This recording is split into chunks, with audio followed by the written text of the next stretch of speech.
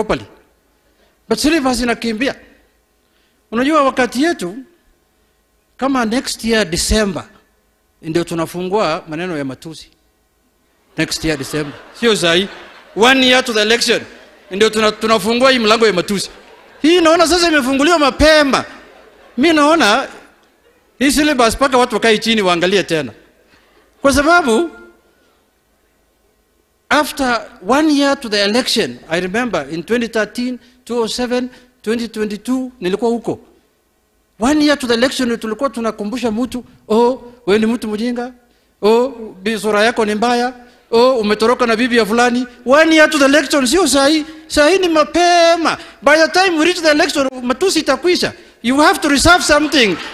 You have weke zingine nyuma.